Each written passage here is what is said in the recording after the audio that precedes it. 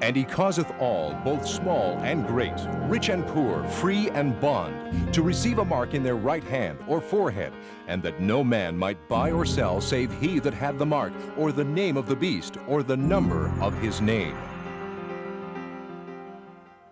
We are moving very, very quickly into an age when nothing will be touchy-feely. It'll be done by computer. To automatically capture and verify an individual at point of sale has long been the dream of many. It'll be done so that you can extract information off people's bodies, and it'll be done for very good, very practical reasons, for security, for protection of an individual's identity, and so on. It took some 20 years for the computer to come into general use by our citizenry. It took about 5 years for the fax, and I suspect that some of these newer devices are going to take even shorter time.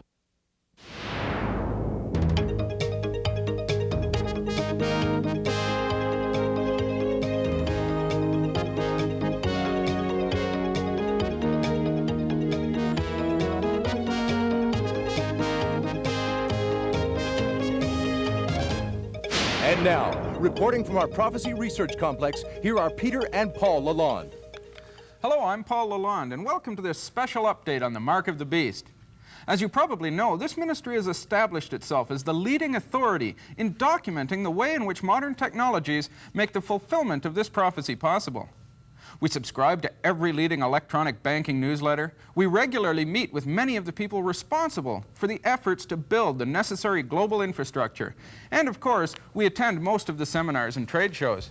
And in the next 90 minutes or so, we're going to examine the movement towards a cashless society. We're going to look at the smart card and the many different types of personal identification systems that can, according to planners, make the system secure.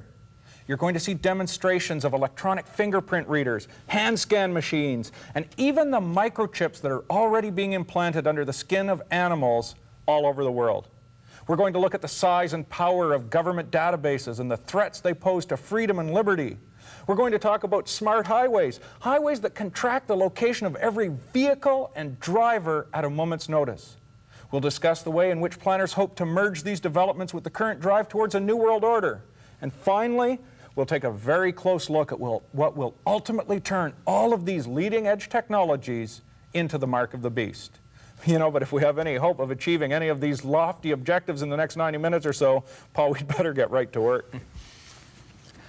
When we really first began to study the movement toward a cashless world in the late 70s, it was clear that while the technology was quickly coming online, the greatest challenge for the builders of the electronic age lay in getting people to accept such a system. Since that time, the technology has exploded, and people are becoming more and more open to the idea of electronic banking. Teller machines are very convenient, and it only takes minutes to use them, and you'll be out of there as soon as possible. You could just bring the card with you, so it's much easier. With automated tellers, I don't have to spend the time in the bank because I used to do my banking in the evenings. Actually, automated teller machines, personally, because I bank at like 7:30 in the morning or in the evening or whenever I want to. Plus, there's usually no lineups.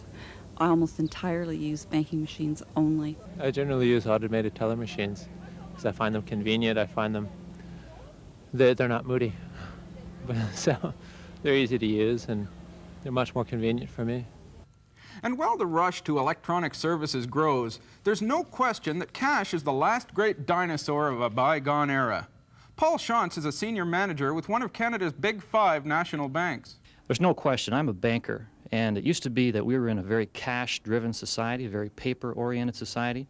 Today, anybody will tell you, anybody that is in business will tell you that not only are credit cards inefficient, paper's inefficient, anything that moves physically is inefficient.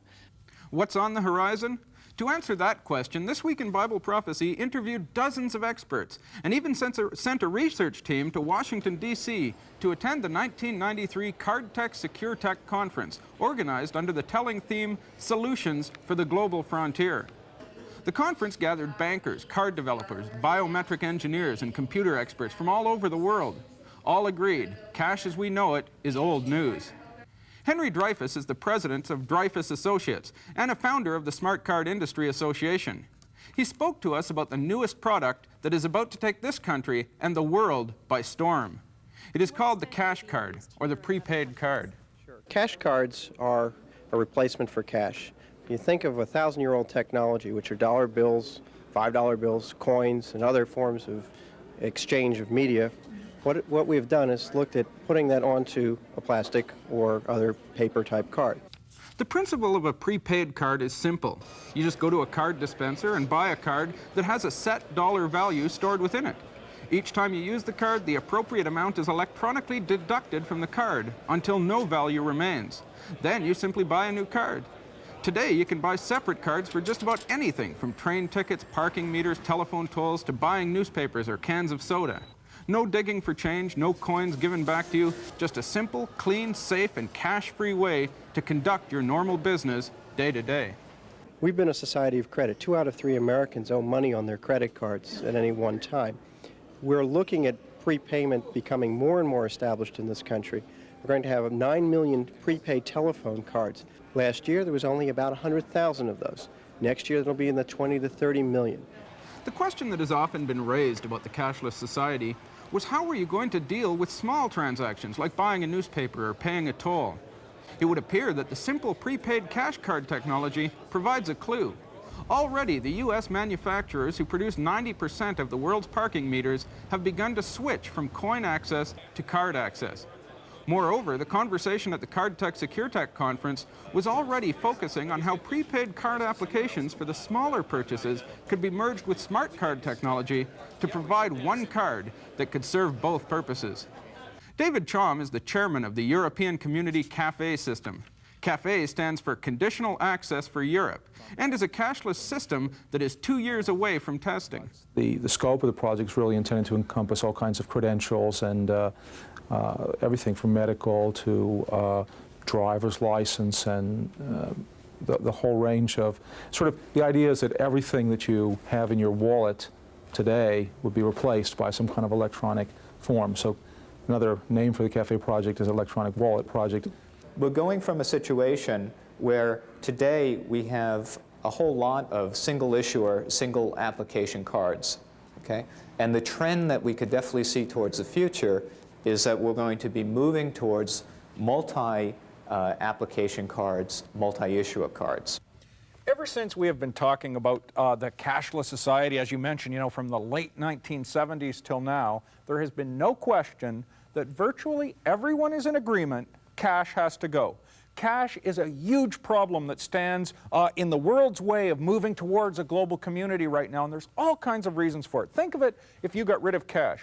The number of robberies and burglaries and violence that goes on out there for people to steal other people's cash. If it is a computerized society, you can't go out and steal someone's numbered bank account the same way that you could. Well, the entire black market would be completely wiped out. We've talked before about the drug dealers who are running back and forth across the borders with big suitcases full of non-sequential $20 bills. That right. Would all be wiped out too, because you can't really have it all recorded on computer. Yes, I gave Juan Gonzalez $30 million.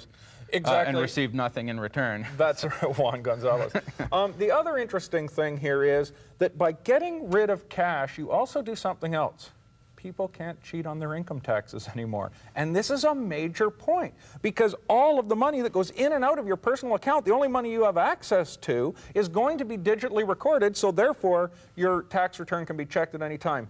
The U.S. government is talking in terms of saving billions and billions of dollars to go towards this technology.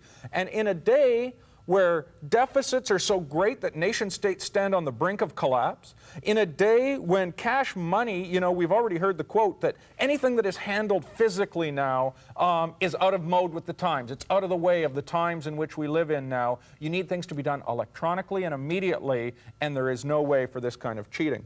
You know, something else we mentioned, Paul, and this is something we have observed over the years. The technology has been largely in place for a number of years. Now, I want to talk about the smart card more in this program. I want to talk about cash cards, because technology is evolving. It's not that we have the same technology we had in the 70s. We have superior technology. But the problem is not with the technology, because technology only evolves as quickly as money is funneled into it.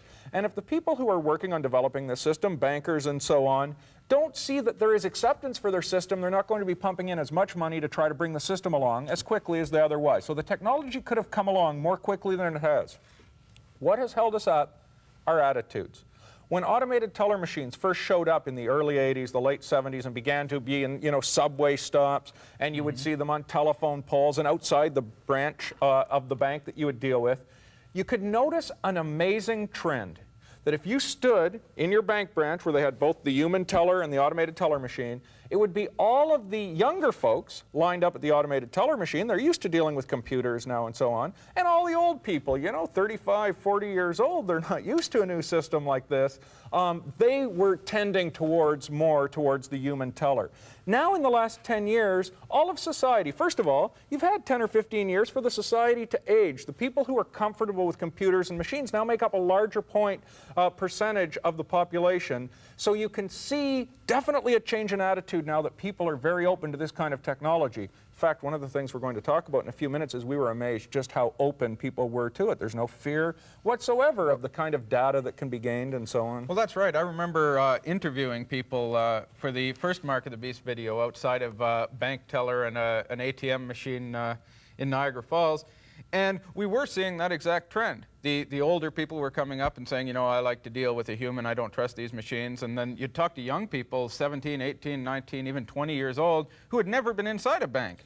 They deal strictly with the Johnny Cash machine, I think they're called, outside the bank. In Canada here, that's right. And so when you see these people, the one advantage that the purveyors of this system have is it's the old people who oppose it, meaning the people who oppose it are dying off. And that's just to put it very, very bluntly. To put it bluntly, it's not nice to think about, but it is nonetheless reality that the people who oppose it are dying off, and the people who favor it are now becoming the bulk of the population. That's right. That's right.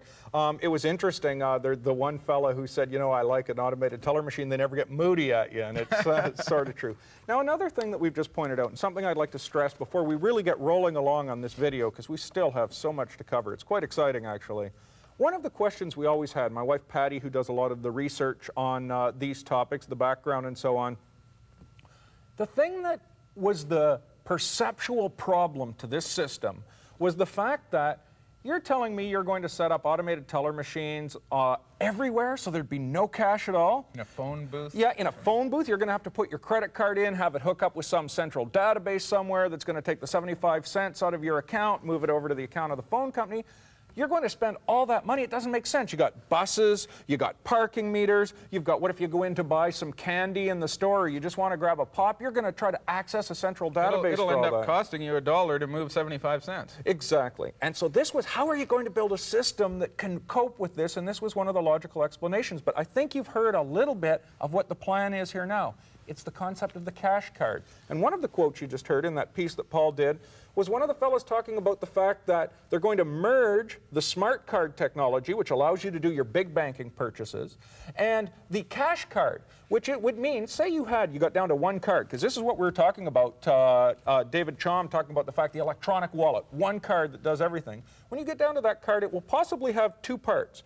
It will have your smart card chip that will allow you to do your transactions with the database out there, if you will, if you're going to buy a car or a house or something like that. But there'll also be a place on that card where you can go in and put it into a machine and have, say, $50 put on it in value. Then you can use that card everywhere, and there's no access to a database. It's just subtracting the money off the card. Now, we haven't seen a lot of these cash cards here in America yet, but they're coming. We were just in Israel, and we had to make some phone calls, and we went to the machine, and there was no place to put any coins in it. So we went to our guide, who traveled with us, and she gave us her cash card. And all it is a telephone, Israeli telephone card that you put in the payphone, and each time you make a local phone call on the thing, it starts out that you have 50 calls. And you buy the card, and you pay the fee for 50 calls, and then when you're done, your card now has had one electronically subtracted off it, so when you put the card in the next time, it says you only have 49 calls left to do. As you can see, no regular access to a central database for small transactions that would clog the whole system down.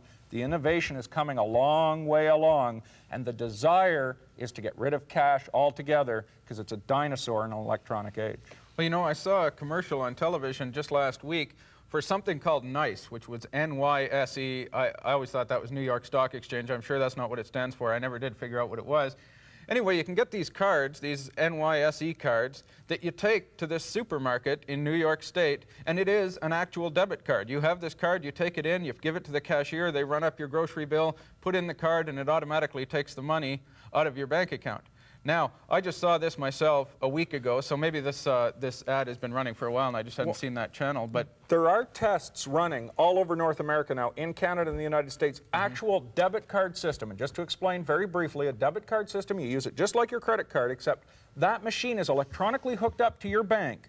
And so the minute you give them that card, it electronically goes into your bank account and moves it into the store's bank account. It's the wave of the future, and it's where we're going. Let me just say, this video that you're watching is a sequel to our blockbuster video, really, from a few years ago called Mark of the Beast. And so we went into all the details of how the cashless society worked there, so it might be a good idea to watch that in conjunction with this, because there is overlap in the two areas, but really these are completely different things that we're talking about and setting our focus on. There's no question that the greatest obstacle to electronic banking systems today is security. The fact of the matter is that card fraud is literally out of control. The UK card industry is suffering from heavy card fraud. Fraud in the UK is quite a major business. Bob Carter is the president of Orchard International and an expert in biometric technology. It's got to the situation where government ministers are talking about it, the media are talking about it, and even newspapers are talking about it. But according to Robert Townend of Barclays Bank in the UK, Britain is not the only nation facing this crisis. Fraud has often been cited as a business reason to look at a new technology. It's not just in the UK or Singapore, but it's a global problem, card fraud. What we see is smart cards as one tool that is being examined. Just what is a smart card? And what is it that makes it smart? And how does it differ from other types of plastic cards? Basically, there are three kinds of technologies. There's a magnetic card, which is like our credit card. We have optical or laser cards, which are used in telephones, such as in the United Kingdom, and integrated circuit or smart cards, which are cards that have a brain inside them. The basic difference among these competing technologies has to do with the amount of data that they can store. And in today's information age, more is always better. That's why the smart card is the hands-on favorite for becoming the dominant technology in the days ahead. Now smart cards are actual small microcomputers with operating systems, development language, interchange commands, and even having their own databases inside them. But what can all this power do? How can it help to prevent against the rampant card fraud we've just examined? Well, the answer is twofold. First, the microchip that is contained in the card is virtually counterfeit-proof, and it's almost impossible to access for computer hackers. In fact, in France, where almost 100% of the bank cards are now smart cards, a recent report shows a 22% drop in bank card fraud. Compare this to Visa and MasterCard, who report continually growing losses, and who now reveal that they lost $1 billion in card fraud in 1991 alone. But even this does not do justice to the true power of the smart card. That power is found in the card's ability to positively link the card to its owner. In other words, to make sure the person using the card is the rightful owner of that card. Today's personal identification number-based system is woefully inadequate. It simply requires the cardholder to punch in a secret code when using his or her card. The problem with this system is that it fails to take into account the aged and mentally handicapped who can't remember their numbers. It doesn't protect against a criminal who steals the card and demands to be told the number. And most importantly, it does not protect against human carelessness. A Federal Reserve study done several years ago found that the majority of people actually wrote their PIN numbers right on the card, so they wouldn't lose it, totally defeating the system. If we're going to go to a totally cashless society, the system must be tightened. It must be made completely foolproof, and that is where the power of the smart card comes in. Smart cards alone won't stop fraud, we know that. The response by the banks to the government even suggested in the longer term they believed that biometrics offered the only real solution. If you can do a biometric comparison of the card, that's something that has tremendous amount of value. You can have a true possession-based handshake to the card. We're talking about the fact that the smart card's great power lies in the ability for a system to be developed where that card can tell you, I am the card of this man who is standing here. Now, we're going to talk about how that's going to happen in a few minutes. It's through something that is known as biometrics, comparing who you are as a human being, some physical characteristic, whether it's a fingerprint or an eye scan or a hand scan. That is done. You do that, you put in your hand for a hand scan, for example. The card stores it and remembers that, so the next time you go to use your card, you have to put your hand in again, and it compares the two. So it makes sure that someone has not stolen your card. So this is the power of a smart card, that it has the storage capability to do this. But as we said in the report, in an electronic age, in an information society, information is king. More is always better. And the fact of the matter is, these smart cards can store a phenomenal amount of information. Well, and what they're trying to do is work on methods of biometrics, and we'll get into this later, that use less storage capacity. Storing a fingerprint, for example, takes a lot more than, say, storing the shape of your hand. But they are definitely, the trend in technology today is definitely moving toward biometrics, because those are the simplest ways of identifying people electronically. Because biometric is from the root bio, meaning body, and metric, meaning to measure, meaning metric, yeah. So biometric means that they're measuring something on the body. Right. And that's one of the things we've talked about. Well, and we're going to have some displays of this in just a few minutes. But the thing I want to sort of jump ahead of ourselves here a bit, if I can, we mentioned that there are 3 kinds of technology that are being really observed today. There is the magnetic strip, which is like the back you see on your credit card. There's a black magnetic strip there. They can't store very much information, so it's sort of the technology of the day gone by. There's not really a lot of room to store, other than a few account numbers and so on. There's just not the data storage capacity. Then there's the optical card, which the storage area is really the whole body of the card. It's an optical laser beam read card. But then there's the smart card, which has this microchip in it, and we've already heard it's a miniature computer right in there, storing all kinds of data. Well, the microchip is really the breakthrough, and when we get to microchip, that's from the root micro, meaning small, and chip, meaning little plastic thing. And when you look at these microchips, these are incredibly small. They're like the lead off a pencil. We'll look at those in a few minutes. And yet their data storage capacity is absolutely astronomical, the amount of data they can stuff into these things. And the thing is that every passing day, they seem to be able to stuff a little bit more into a smaller and smaller space. So probably by the time we have smart cards in everybody's wallet, which could be very soon, these things will hold even far more than we're going to discuss that they do now. A great amount of data. You'll remember that one of the personal computers that first came out when PCs became the big thing was the Commodore 64. And of course, the 64 referred to the amount of memory that it had, correct? The processing power of the machine. 64K. The next step they're talking about in smart cards is 64K smart card. So now you got a little card this big that can do more than the PCs that just came out. You know, they call PCs that came out at that generation the world's youngest antiques. And it's really true. They have no value today because the technology has come along so far. And smart cards, when you start to think about the idea of them implementing these on a global level, which is what they're talking about doing right now, when that kind of research and development goes into it, it'll be unbelievable what can be done on these cards. Let's also remember, I'll just give you a little foretaste here. This is a Bible prophecy video, not just a banking video. And the scripture says that the Antichrist receiveth all to receive a mark in their right. Okay, I'm sorry.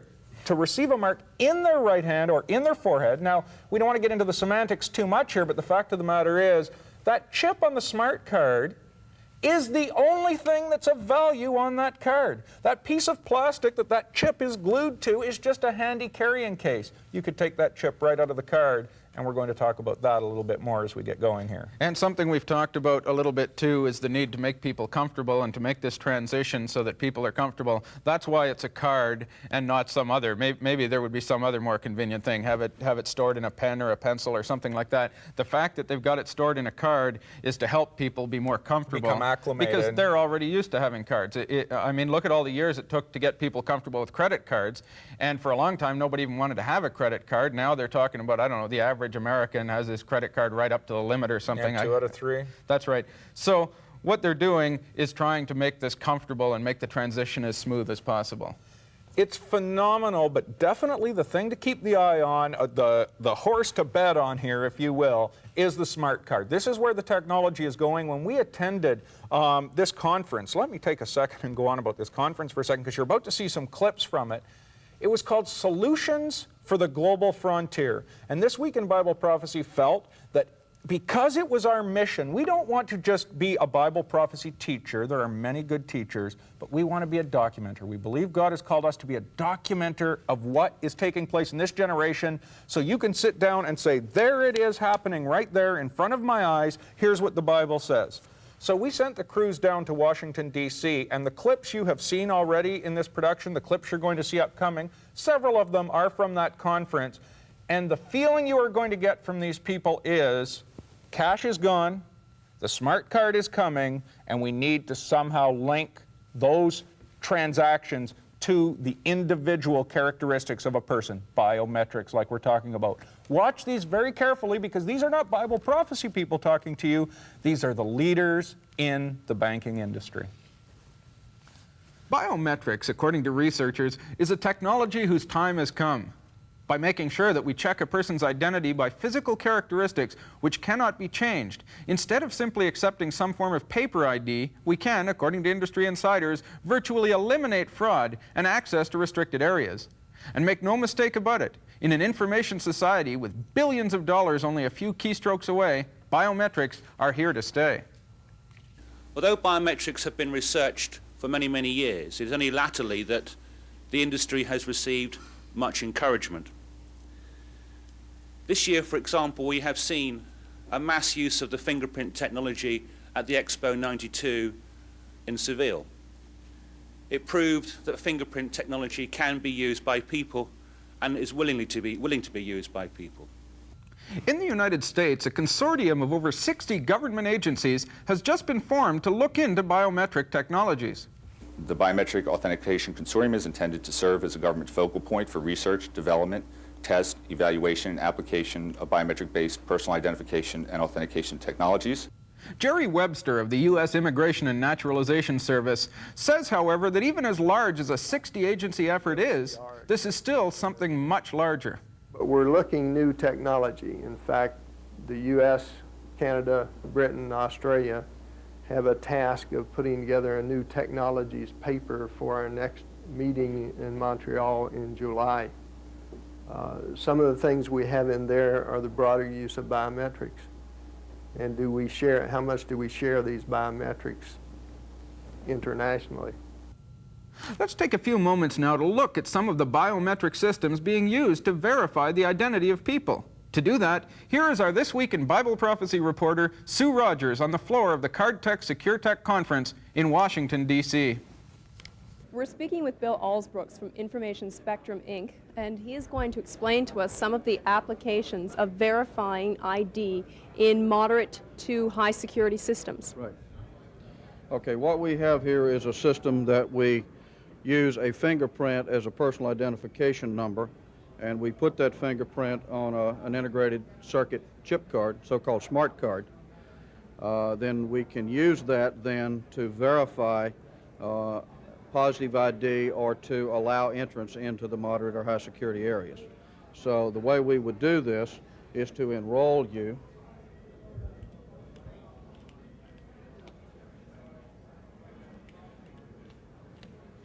And I would ask you to put your fingerprint on the device here. Okay, and when I do this, I now am taking 3 pictures of your finger with a charge coupled device camera. It will then do a mathematical transformation on that. You will see it is successful. If you'll leave your finger there, we'll verify that. It has done that. At this point in time, we would take your photo.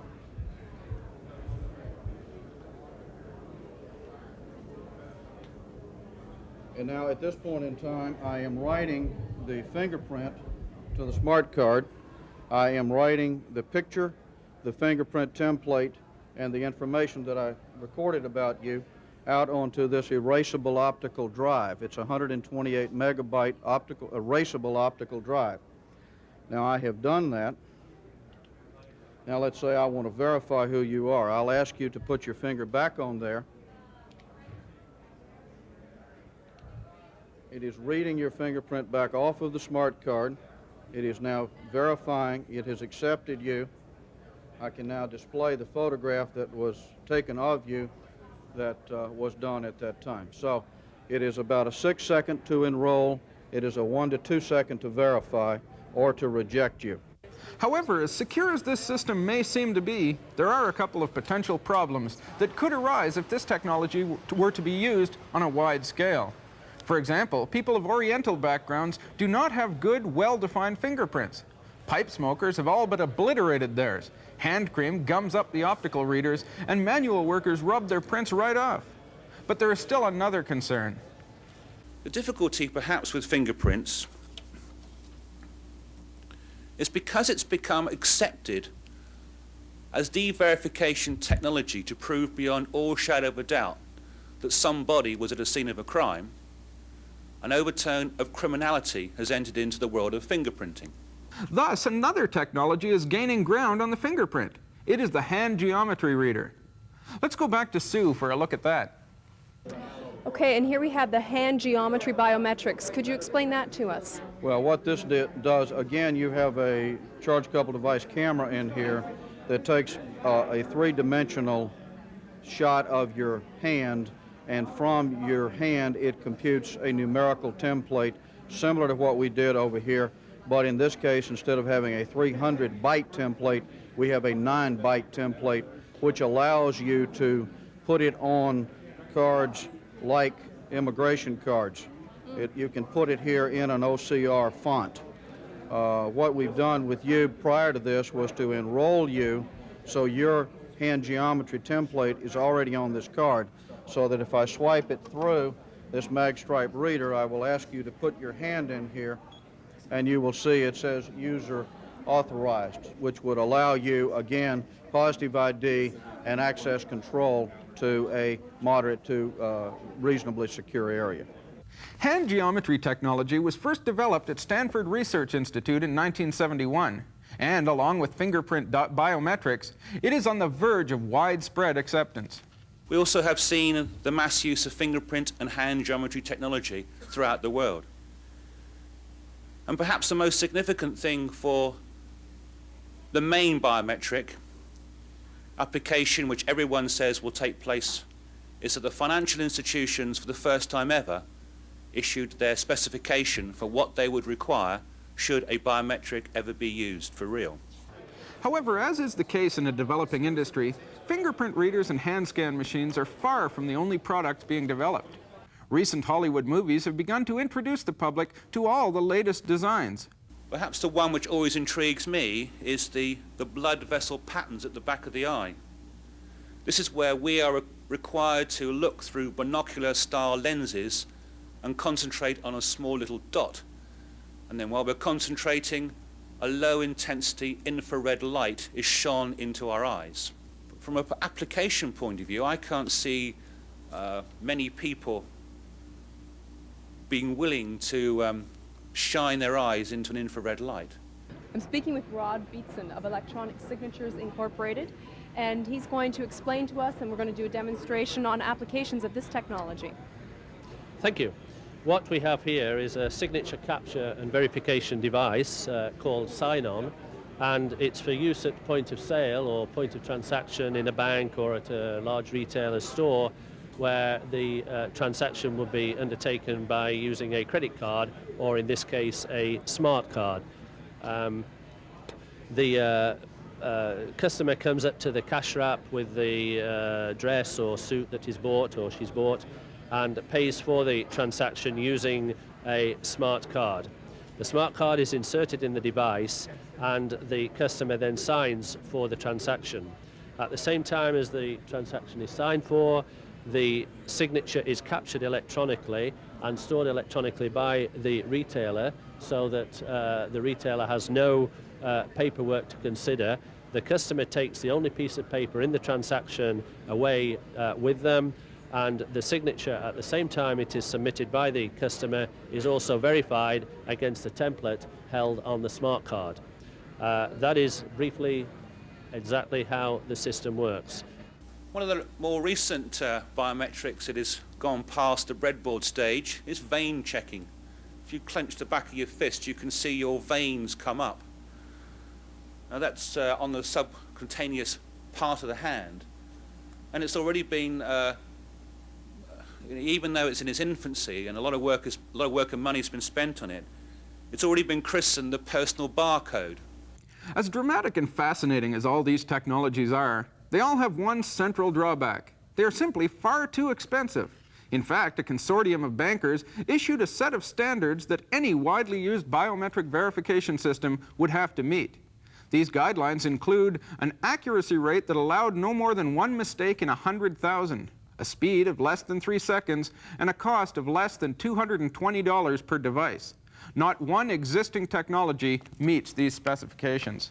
But when you stop and think about what we have just seen there before our very eyes, it's a system that makes so much logical sense. This is one of the great things about studying the fulfillments of Bible prophecy. These aren't just weird things that are going to come on the world in the last days that there's no rationale for. These are going to seem to be the very most logical things, because the Scripture says that all of these things, like a snare, it will come upon the world. There is a way that seemeth right unto man, but the ends thereof are the ways of death. It seems like the way to go. And you look at a system like this and you say, you mean we could wipe out all drugs? Boy, you've got to admit drugs are a huge problem in our society today. You could wipe out the drug trade. You could wipe out the black market.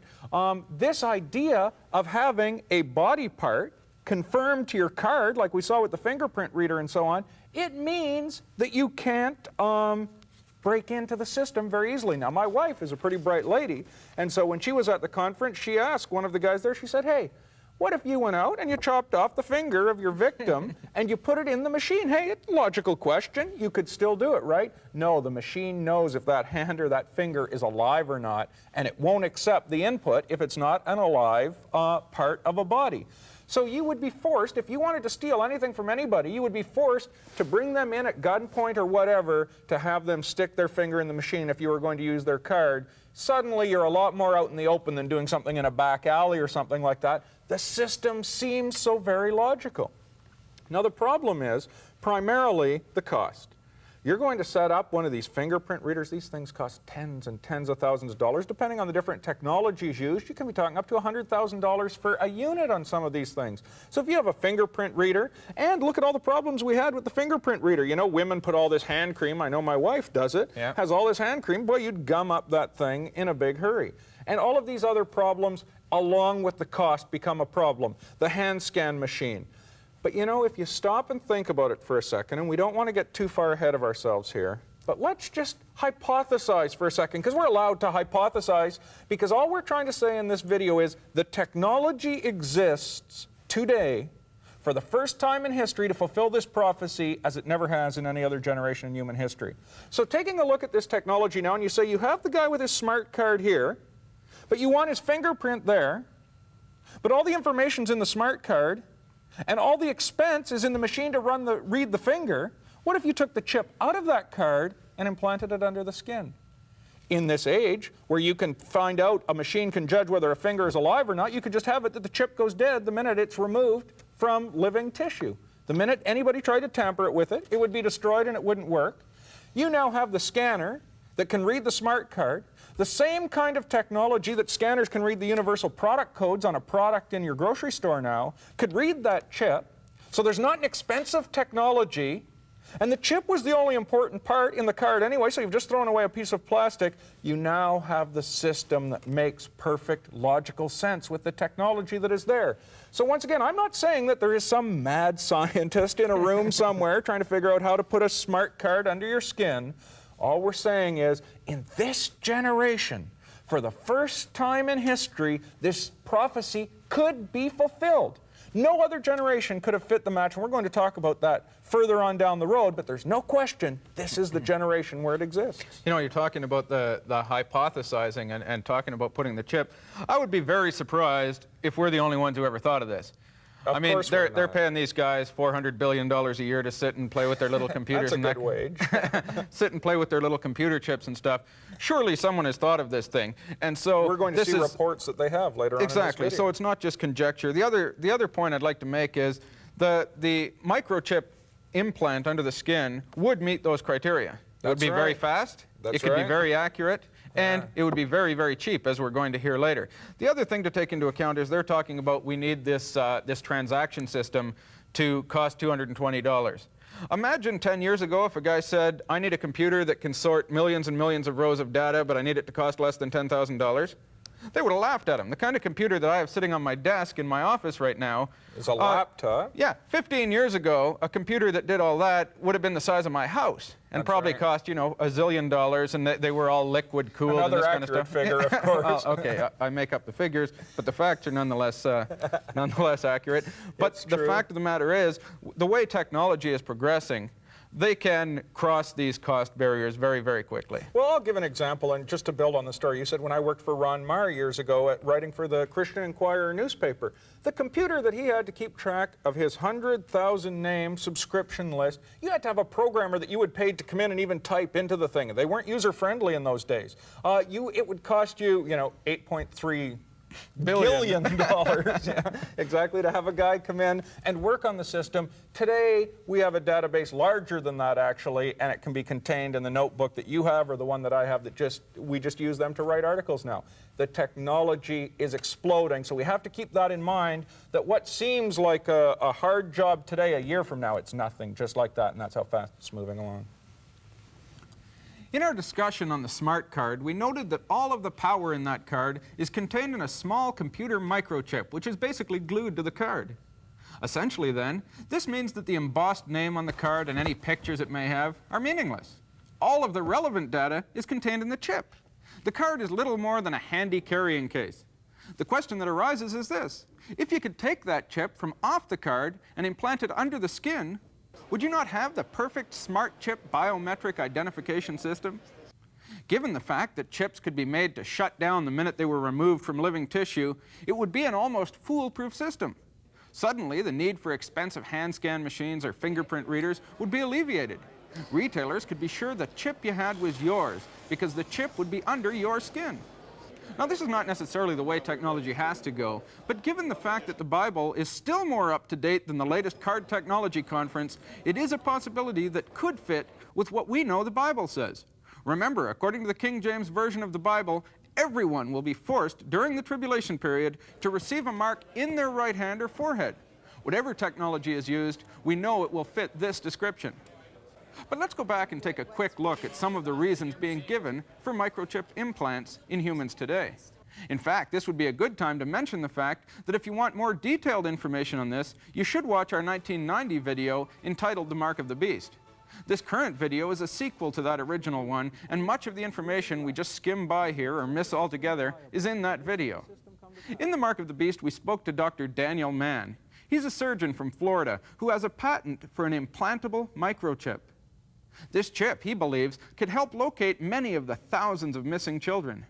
Here's an excerpt from Peter's telephone conversation with him. The implantable homing device is an answer to many of the problems in tracking people and livestock in all kinds of situations. And the implantable homing device is put in a area of the body, in an area usually that is very difficult to detect. It is an easy procedure. It does not take long time, and the homing device will allow to track these people or livestock in a much easier way. The person who wears the homing device can trigger it, and it can also be triggered remotely. It can go into distress signal, and the distress signal will sound every once in a while, once in 24 hours or so, and it will leave a signal where the signal can be located on a screen due to the cellular towers. Right. By triangulation. A lot of the country is covered with cellular towers, and the same signal can be found. And when you have a control station that controls these towers, they have computers there. And the computer would then have a track of the signal. Helping in the search for missing children is only one of the reasons being put forward today for some means of electronic tracking and identification. Already, many nursing homes are placing bracelets on patients who have begun to lose track of their surroundings.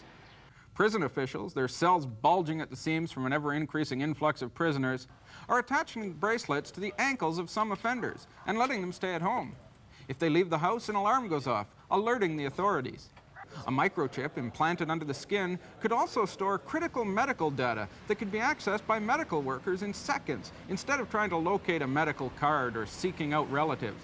Police would be instantly able to know the real identity of arrested people, and gun shops would know for certain that the purchaser of a weapon was indeed entitled to do so. The fact is that these are very real, very sincere examples being given today for the very system that the Bible told us about 2,000 years ago. And if you think it's just Bible prophecy teachers who see these connections, listen to these words from an April 16, 1989 Gannett News Service article. Here's a simple trick. Wave your hand over a computer code scanner at the grocery store checkout counter and your bill is deducted from your checking account.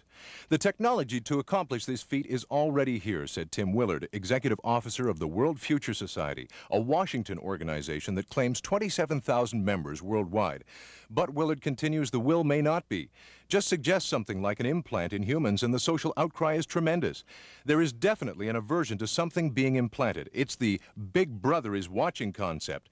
People would be afraid that all their thoughts and movements were being monitored. However, as we'll see a little later in this video, that fear is evaporating faster than you can say the words security and convenience. You know, I remember back, it's a couple of years ago now, that I spoke to Dr. Daniel Mann, and he's an Israeli, and he was saying, I would like to propose to the Israeli government that we implant a chip under the skin of all of our diplomats and leading political figures, and then if they get kidnapped, we won't have to search around in Lebanon for 2 years like the Americans had to do, or 5 years or longer trying to search someone out, because you now have tracking satellites, and we're going to talk about these more in a moment, that can pinpoint the location of a microchip, even if you had it implanted under the skin, within 3 feet of where it's located on the earth. And as I said, we're going to talk about this later, but the idea of being able to track people, the idea of a chip, not only for financial transactions, but think of the example we used for a second of the medical community. If they rush to a scene now, someone has been hit by a car, run over by a truck or something, and the person is lying there on the verge of death, and they're fumbling around trying to find out what medication they can give. They look for, the medic alert badge. That contains virtually no information. They dig through the wallet trying to find not all the medical information that is going to be there. They talk about, some of the medical cards they're using today are optical cards. And yes, if you had a reader in the truck, you could get the card and put it through the machine, and there's all the medical information. But the fact of the matter is, I know how many times I go out of the house, I don't have my wallet with me, or I don't have a card with me. If you're out jogging, if you're out doing something, you're not going to be carrying your ID. A microchip implant, boom, they pull up to the person that is lying there, read the chip that is by definition with the body, because it's a part of the body, you have instant identification. It's a very good idea for these kind of things that are taking place today. They're talking about now, the big lines, Paul, when we travel overseas or internationally. We're here in Canada, so every time we travel into the United States, it's crossing a border. And in an open world today where there's so much travel, this is a time congesting, it's just a nightmare. But can you imagine, they have systems in place now that they're using smart cards, but let's go to the chip technology that you could use. The minute you pass through the scanner, as you walk through, it reads and makes sure that you're the person whose passport is recorded in the computer. They are using these in New York, they're using them in Denmark right now, they're being tested worldwide. One of the big developments, and I'm going on here, but one of the big developments they're talking about now are the no-contact smart cards. And what that means is, leave your card in your wallet, and when you walk through, the machine will just read the card right on the seat of your pants, and you just keep walking without even knowing it's there, and it's all done. They're doing it with toll highways and so on. We'll talk about that more. But these kind of ideas of the ability to track people sound like very good ideas. It doesn't sound fearful anymore. It sounds like it's being done for your own good, to help find missing children, to help people with Alzheimer's, to help people in a medical emergency. Suddenly the aura of Big Brother is gone, and it just sounds like such a very good idea.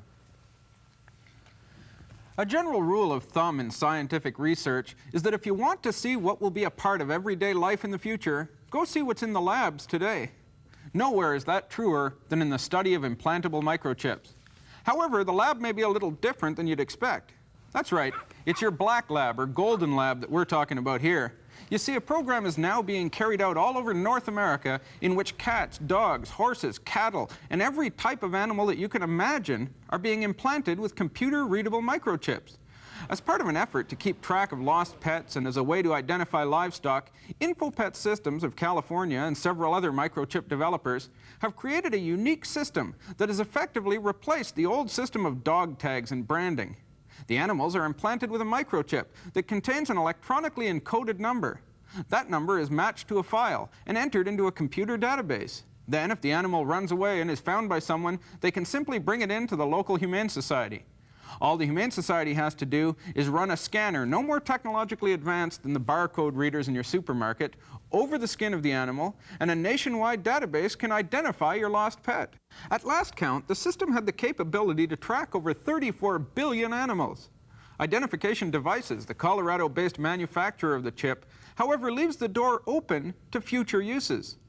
According to their promotional materials, consider how these innovations might be employed to solve the age-old problem of providing positive identification of people, animals, and equipment. So once again, it's not only the Bible prophecy teacher who sees where all of this may be leading us. Remember what Paul Schantz said at the beginning of this program? It'll be done so that you can extract information off people's bodies, and it'll be done for very good, very practical reasons, for security, for protection of an individual's identity, and so on. But then we went a step further and asked this man what he thought about all of this in light of the book of Revelation. So I would say yes, I think the prophecies in Revelation are quickly becoming reality as we look in the developments in the marketplace today. When we spoke to computer systems expert Randy Sestilli in our video, The Mark of the Beast, we asked him the same question. Do I think that the prophecies in Revelation are coming true? I think the technology is there. That's a serious concern.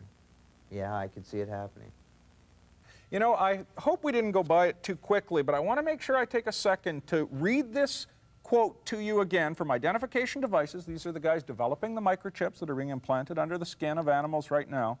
They say, consider how these innovations in microchip technology, consider how these innovations might be employed to solve the age-old problem of providing positive identification of people.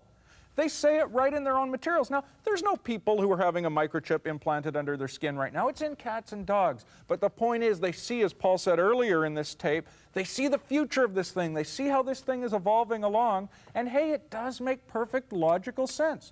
The European community now is saying, instead of branding our cattle, let's make it a European law that all cattle are implanted with microchips.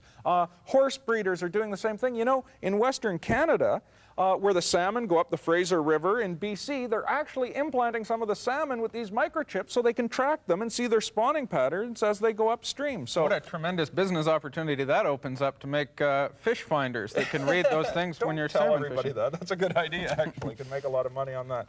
But the technology is there to do these things, and you have the databases emerging all the time on this thing. You think about the fact that if you have a system in place right now that can track this many different cats and dogs, then you are doing a de facto test of a national database that can keep track, what was the number? 34 billion different animals. Let me just point out for a second, when we did the Mark of the Beast, the original Mark of the Beast video in 1990, that number was 4 billion. That's right. Cats and dogs from InfoPet. They've now gone to 34 billion. It shows, A, how fast the technology is growing and how the capacity has grown. And it also shows us very clearly that they now have the capacity to track every man, woman, and child on the face of the earth. The technology exists is the point. And we're not suggesting that anyone is saying, hey, let's run a little test on cats and dogs here and see if we can get the system manageable for people.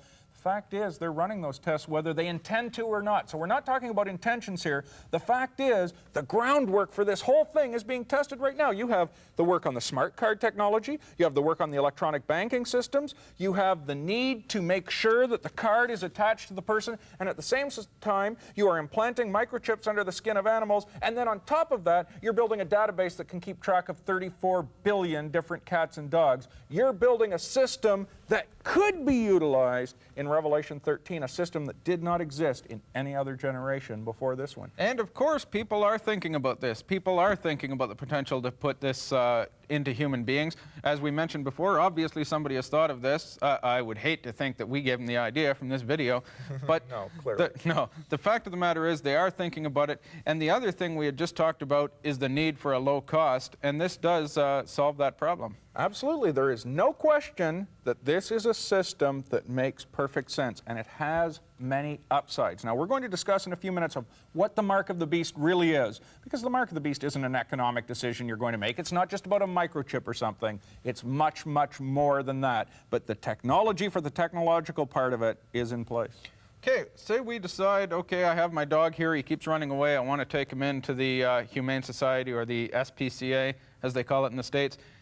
Take him in there to get him implanted. How much is that going to cost me? You know, you talk about these systems that cost thousands of dollars.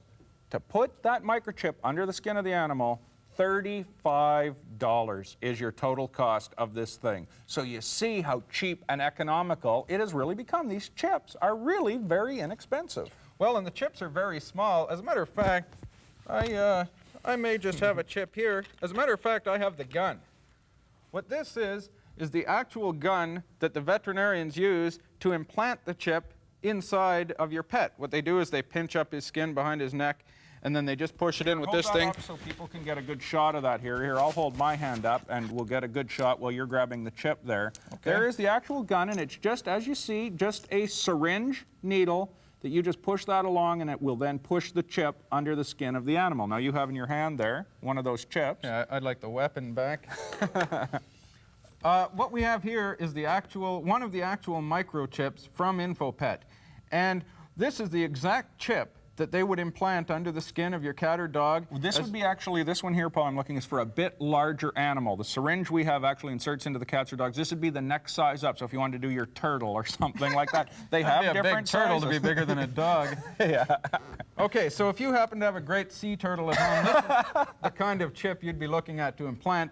But the fact of the matter is, you can store an incredible amount of information, not just a pet's name and address. Sure. These chips are capable of storing incredible amounts of information. I can't remember how many typed pages it was, but there was a lot. Yeah. Suffice it to say, a lot. Okay, well, this is, I hope, showing us once again, we have talked to the bankers, because we're starting to wind up some of the technological discussion in this video now. We have talked to the bankers, we've talked to the smart card developers, we have talked to, you know, if you think of David Chom, who we talked to, who's in charge of setting up the cashless system, conditional access for Europe system, which will be a cashless system to run a test within the next 2 years, and we have heard that all of their motivation is there. So we know that that is factual. This is not something that we're telling you. These are the actual people talking.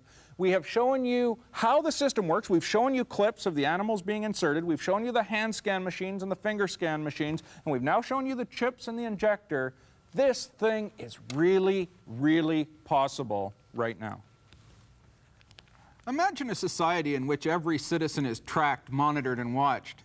To those of us who have read George Orwell, the prospect is frightening. And as we noted in an earlier part of this video, many people have thought such a thing could never happen in America or Canada because we so carefully guard our freedoms.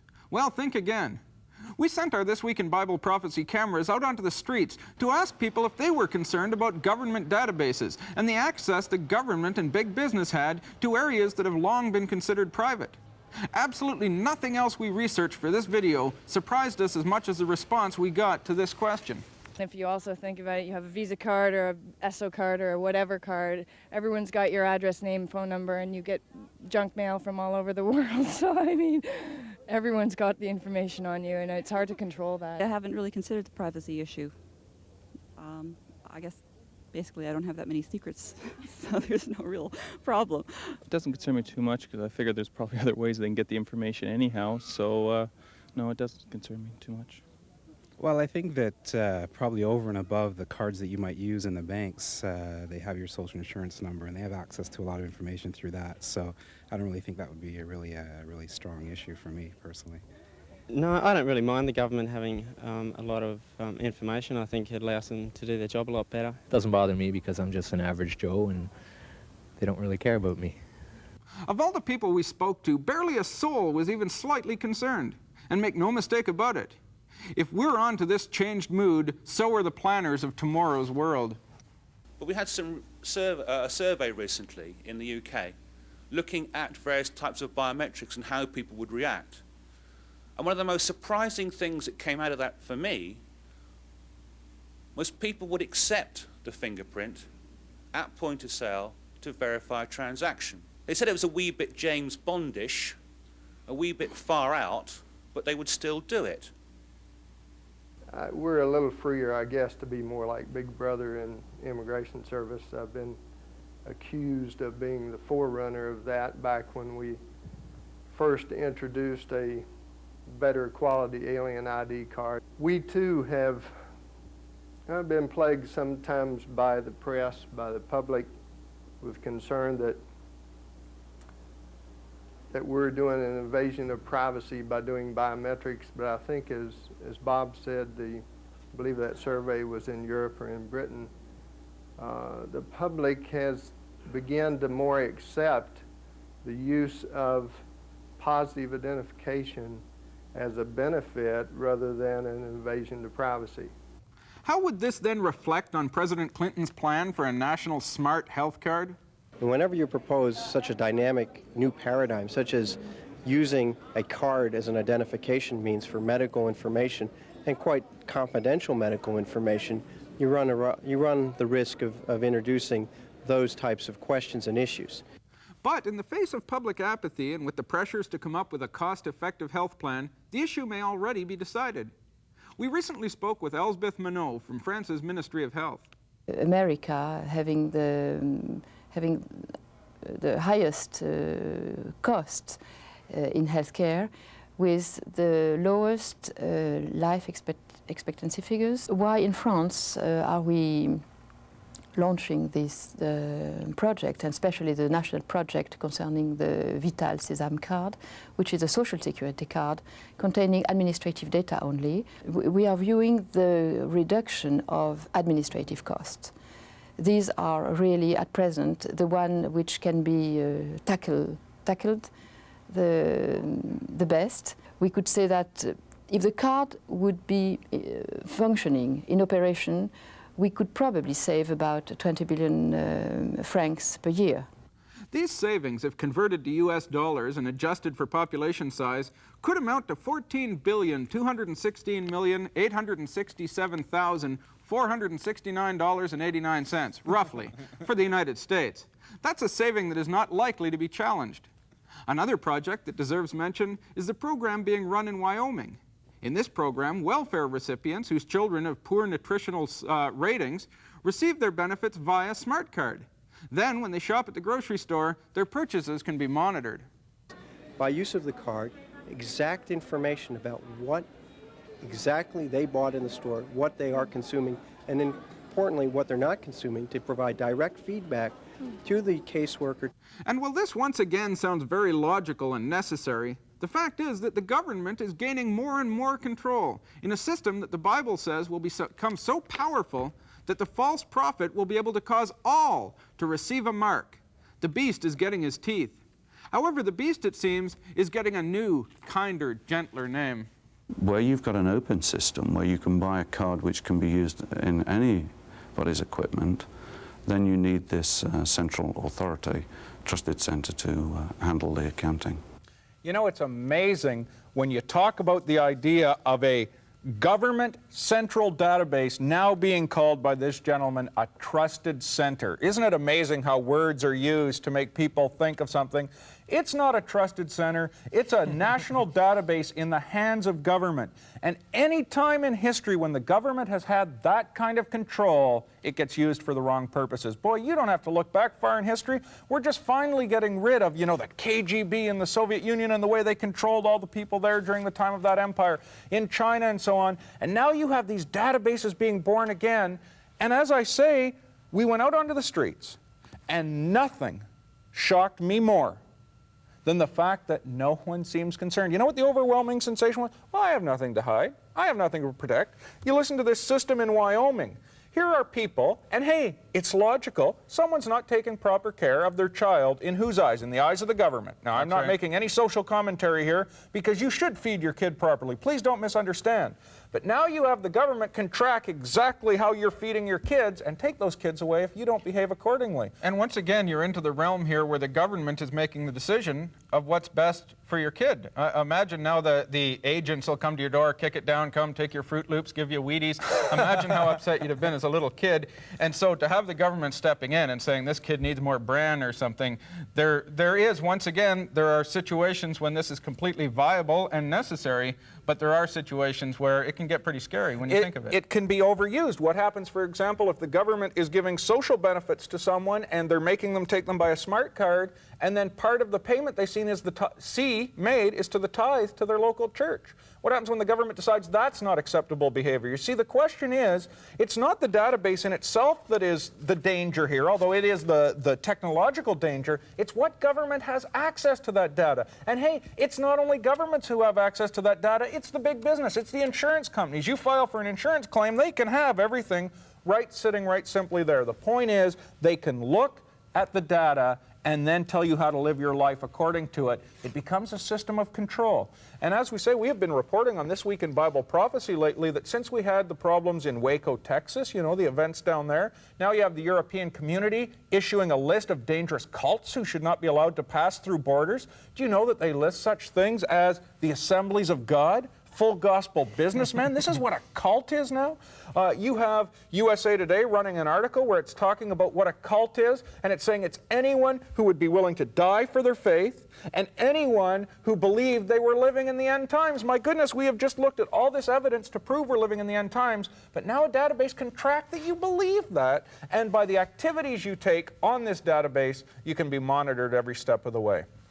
You know, we have to mention a couple of other things right now that I think tie into this. Paul's smart highways, EPIRB, the ability to track people. Say you're a recreational boater and you like to go out boating. Here we are in Canada along the Great Lakes here, right along Lake Erie, which is a very rough lake.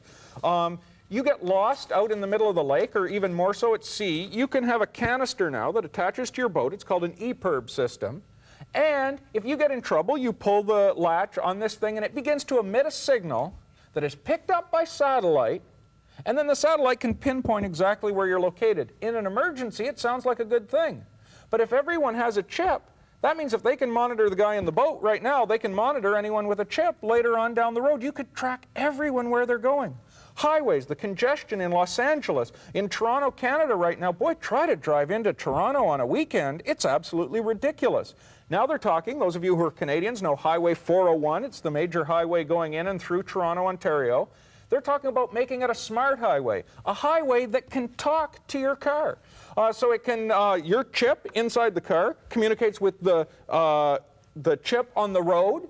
And as you're driving by, it says, hey, if you're heading in such and such a way, you may want to do a detour here. It can give you updates of where you're at all the time, but if it can give you an update of where you're at, it knows where you're at. The downside, too, of this thing is that the chips in the road are also linked in with the Ontario Provincial Police. A problem. Which means that it also sends in, hey, the guy in this 1972 Biscayne here is going 120 kilometers an hour in an 80 kilometer zone. That's how we talk here in Canada, in kilometers. Right. But you can now get tickets then in the mail saying, our computer found you speeding on such and such a highway. They had them set up for a while that you get a photograph of your car speeding. I don't know what that meant. It could have been parked. It's just a picture. But anyway, that's what they were doing, I guess, just to prove that they got the right car.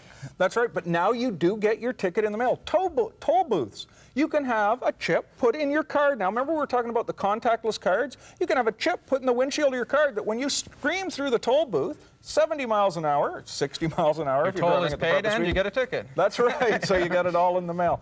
This is the kind of technology that exists today, and it's of great concern to us because the Scripture says, speaking of the false prophet working under the Antichrist, and he causeth all, both small and great, rich and poor, free and bond, to receive a mark, etc., etc. He causeth all. This system eventually is going to be developed in such a way that you have to be within the system to conduct any business. If you're outside of that electronic system, you are locked out of everything. And that's exactly what the scriptures say. It's also interesting, we're talking about the fact that right now we're concerned about the fact that the European community is starting to say, hey, we got to watch out for people who are members of cults. That's exactly the ones who the world religious system is going to believe believers are in the tribulation period. So the exact ideas are all right there. If you read Revelation chapter 13 very carefully, you'll begin to understand that the mark of the beast is not just simply some economic system. It is instead one of three pillars that the New World Order will be built upon in the last days. For along with this global economic system, verses 16 to 18, there will be a global government, verse 7, and a global religious system, verse 8. In fact, these three components work together and overlap with each other in their supporting roles. In that light, then, it should come as absolutely no surprise that the call for this global economic system is inseparable from the call for a new world order. Today, we're moving to an age where it's globalization, or you'll hear words like transnationalization, where countries today are gradually giving way to much larger economic blocks. And it's being done again for very good economic reasons. And as we look at the way business is shaping up today, it's really positioning for a one-world country, a one-world government. Take a look at the conference agenda for the Card Tech Secure Tech Conference in Washington. The theme, Solutions for the Global Frontier, with the pieces of the global puzzle coming together, is about as obvious as you can get. The 1991 conference in Barcelona, Spain, was built around the theme, Borderless Borders, and asked how we can live in the new open world, where people are free to cross borders, as in the new United States of Europe. With a global world in view, they asked, what identification information is necessary, and who are the keepers of the database? Will passports be issued by a central bureau or individual nations? Why should debit cards replace cash? Who will make the decisions, government, business, or a worldwide entity? What was their conclusion? The purpose of this conference was to create a dialogue among people who must make decisions about how we are going to live in an open world. The future will be very different from what we have known.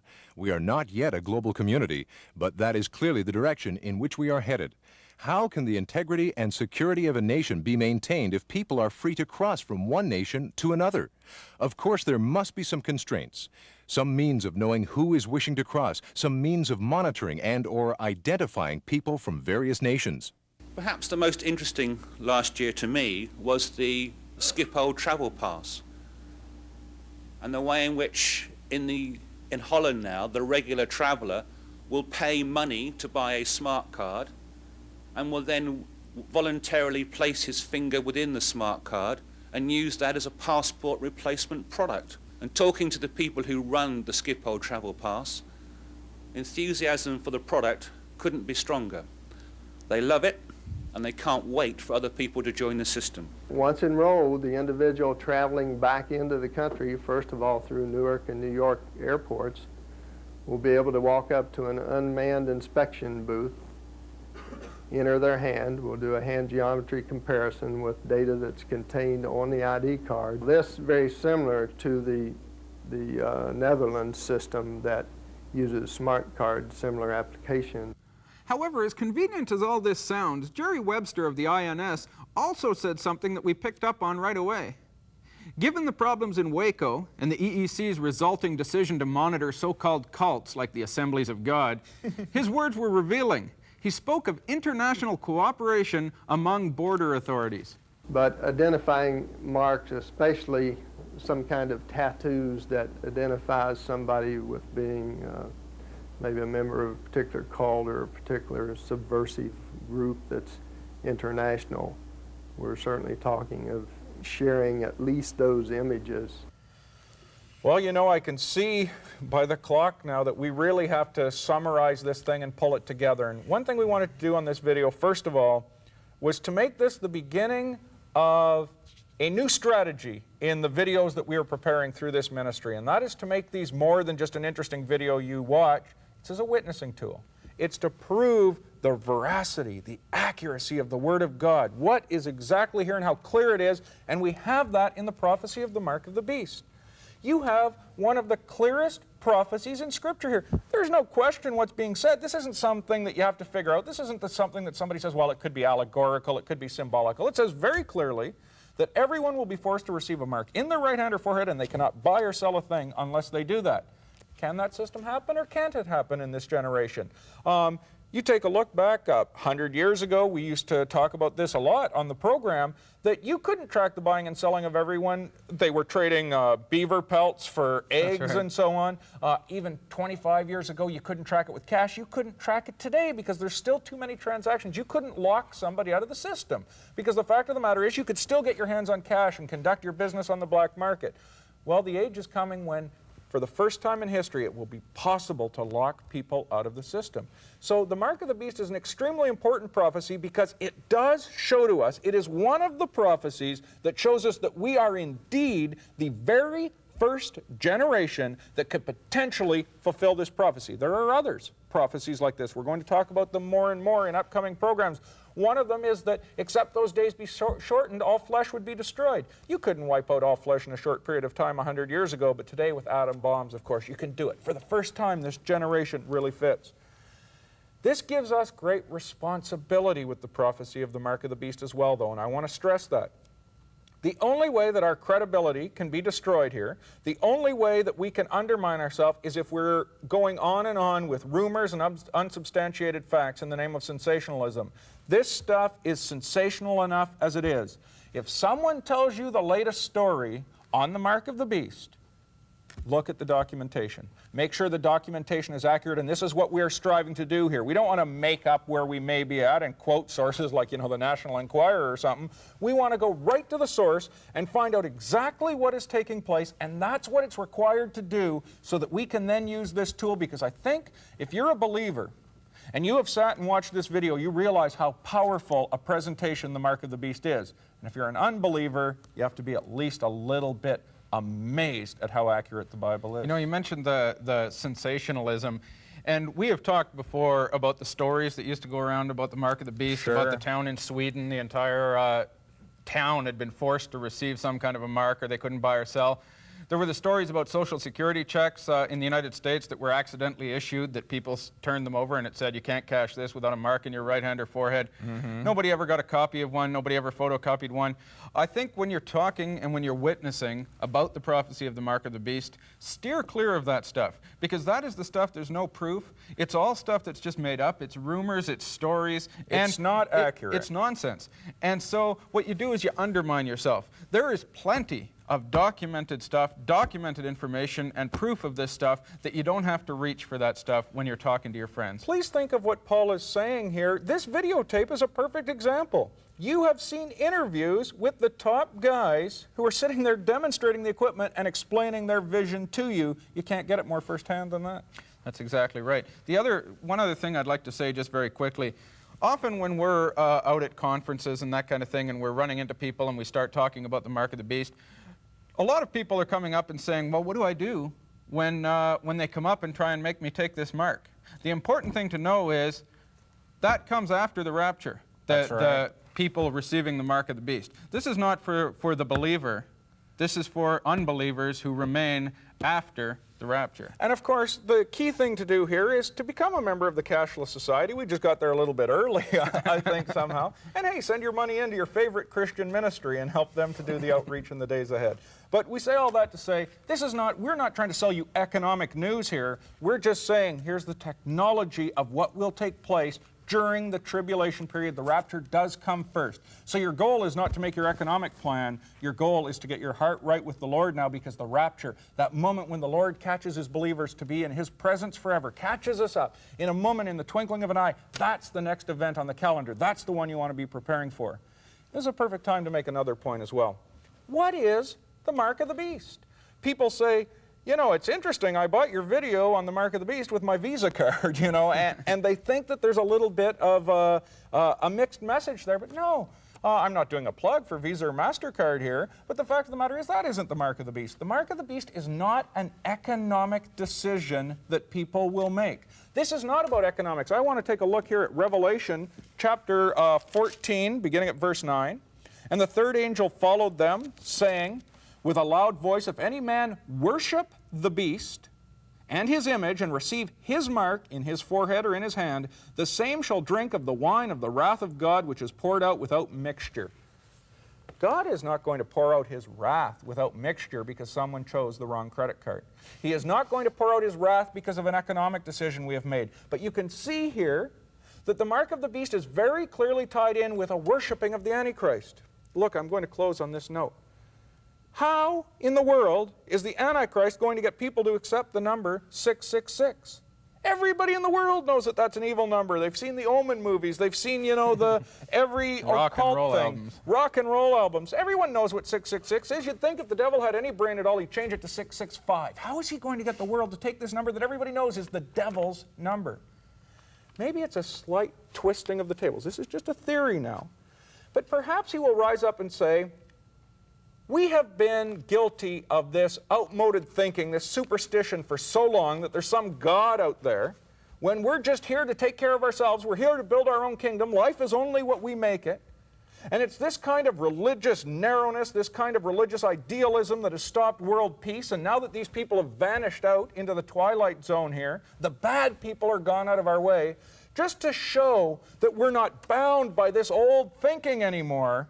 Let's use the number 666 just to show that we've come of age and we're not scared of some devil's mark. Seems to me to be the only logical way that it can come about. And if you read Revelation 13, the chapters we're talking about, what does it tell us about the rise of the Antichrist? A look more stout than his fellows, a mouth speaking great things and blasphemies, speaking great words against the Most High. He shall make war with the saints, and he shall overcome them. This can't be the church. The church has to be gone in the rapture because the gates of hell cannot prevail against the church. But there'll be believers who realize that Jesus is the Messiah during the tribulation period. This is a religious decision. The mark of the beast ties into the world religion more than it does to a world economic system, because it's all tied into who will you bow your knee before? What kingdom are you going to follow and choose? Doing a video like this is very exciting for us, that God has allowed us the opportunity in our ministry. We could never have dreamed that this was true. Patty and I were talking about this the other evening, that God would allow us to send camera crews to Washington to document this kind of thing, to interview various people from government agencies. The whole point is, all the documentation is laid out. What are you going to do with it? You know, you read in the book of Isaiah, it's such powerful passages where the Lord talks continually saying, I am God and there is none like me. I declare the things from the beginning to the things that are not yet done. I'll tell you the future. None of the other so-called gods in the world today can do that. They don't even attempt to do it. But God lays it out that we can know that God is in control. We can know that our hope is not in this world. We can know that we have a hope that is eternal and secure, and in this generation particularly, with all the confusing religious messages out there, God's prophetic word is coming into light right now. And if God can control the entire history and tell us 2,000 years ago through the Apostle John, a guy sitting in a toga on an island somewhere, what we've just read about, what we've just seen this whole video about, that it would come to pass 2,000 years into the future, that is a message that God is sending to you, that He is in control. And if He can control the things of the world, then He can meet the needs you have in your life too. If you're a believer, it's time to get serious. Jesus is coming soon. If you're not a believer, you don't want to wait a second longer. You don't want to do it out of fear, but to serve this God who came and gave Himself for you and told you what the future would hold, but then told you in face of all of these things, let not your heart be troubled. What a beautiful message. That's the message of the gospel, that you can have the peace of Christ in your heart. It's not a complicated process to ask the Lord to come into our heart. The only complicated process is you coming to terms in your heart and saying, yes, I'm ready to turn over the reins of this life to Christ. It's a decision only you can make. God bless you. And if the Lord doesn't come back first, we'll see you again next time. Stay tuned for more This Week in Bible Prophecy Ministry Tools.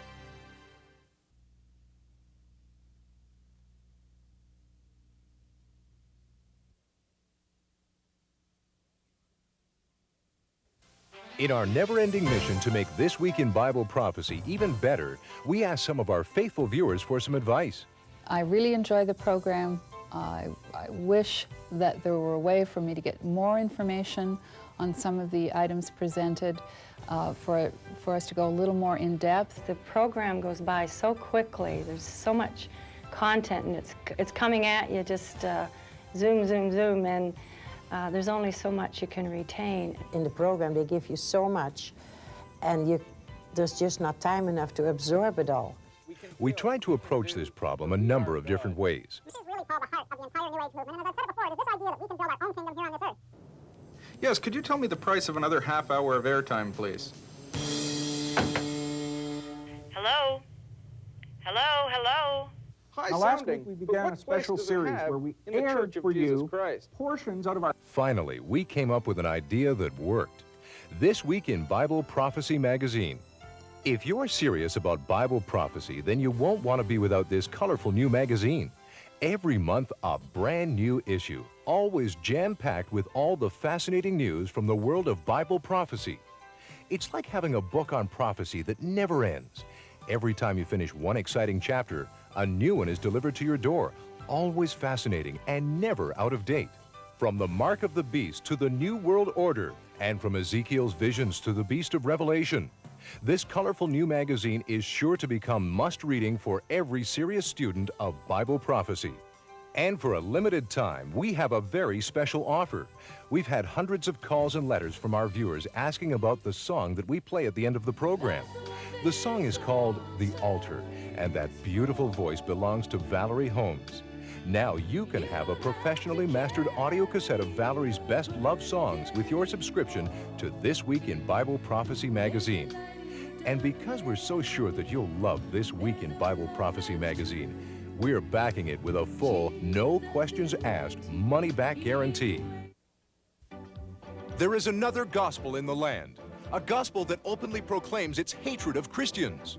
A gospel so deceptive that Jesus warned of its coming. A gospel so deadly, it can kill the soul. Introducing, Deceiving and Being Deceived, Exposing the New Age Lie. In this powerful New Age video, Peter and Paul Lalonde take you on a fascinating and vital journey behind the scenes of America's fastest growing phenomenon, the New Age movement.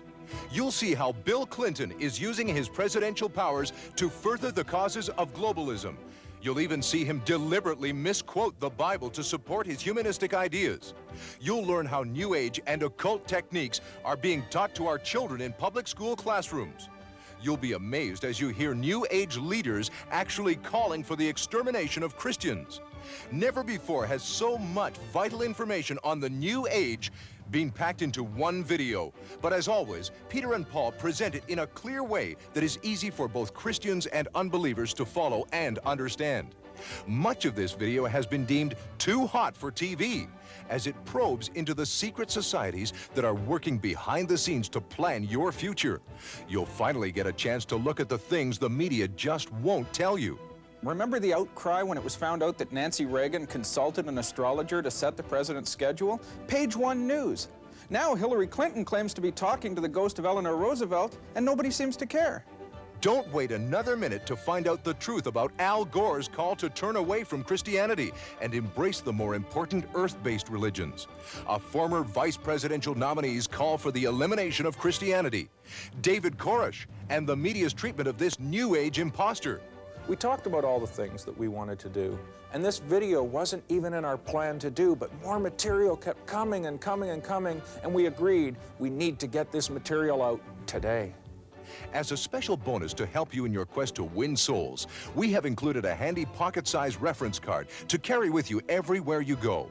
It contains all of the important scripture references that you will need when you are witnessing to unbelievers about the New Age movement. To order any of the preceding This Week in Bible Prophecy products, simply have your credit card ready and call toll-free 1-800-PROPHECY. If at any time you are not 100% satisfied, return the package for a full refund. To order, the number again is 1-800-PROPHECY. Or if you prefer to order by mail, send check or money order to This Week in Bible Prophecy, P.O. Box 5091, Burlington, Ontario, L7R 4M2, or P.O. Box 1440, Niagara Falls, New York, 14302. And please make all checks payable to This Week in Bible Prophecy. For product price and information, call toll-free 1-800 Prophecy.